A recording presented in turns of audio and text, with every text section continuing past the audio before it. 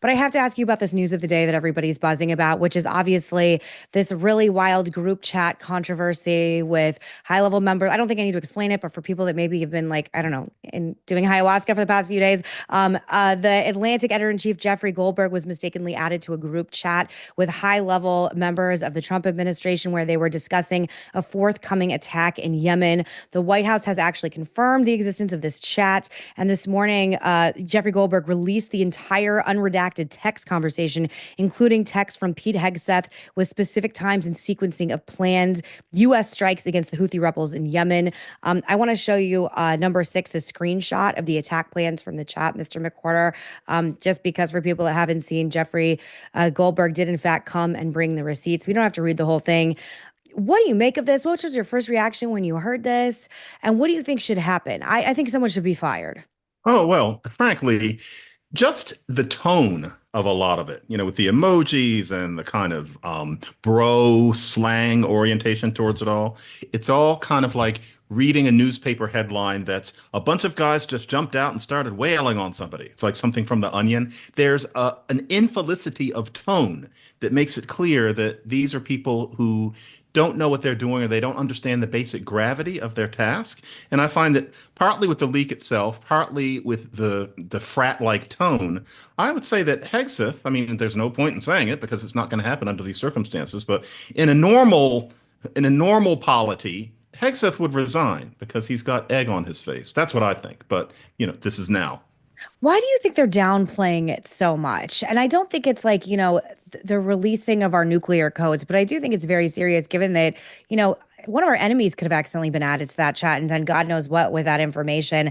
And seeing this sort of like very sloppy spin that I don't think the American public is necessarily taking for fact or really most people I know are very angry and don't think that this isn't not a big deal. And the White House is really trying to say that it isn't. In fact, I think I should read this tweet, number seven from Caroline Levitt, saying that several top Democrats have already demanded Hegseth and other national security leaders resign or that Trump fire them. And she was basically saying that this is no big deal. Why do you think they're doing that? Well, this is a beautiful example of something that we've seen a lot of, although this is especially brazen. There's this idea that if you just deny something that's obviously true, then that becomes the truth. And this is, of course, the grand Trump trademark that you just deny it, and next thing you know, you have altered what essentially is the truth. And that's what's going on here because there would be no way to explain this away. It's obvious exactly what happened. And so the strategy here is that the leaders of the United States government can just say, no, we didn't. And it's plain that they did and they know that their fan base will stay with them. And so we really are dealing with a weird kind of hall of mirrors version of what the truth is. And unfortunately, it would seem to be that we're stuck with it. Do you think that, you're a very famous linguist professor. Do you find that people are sort of buying the spin in a way that they didn't used to? Because even I find myself like I'm lied to so much by so many different people that I really have to like take energy to assess what's real and what's fake. Do you think people are accepting falsehoods in a different way, or do you think that they see, BS for what it is?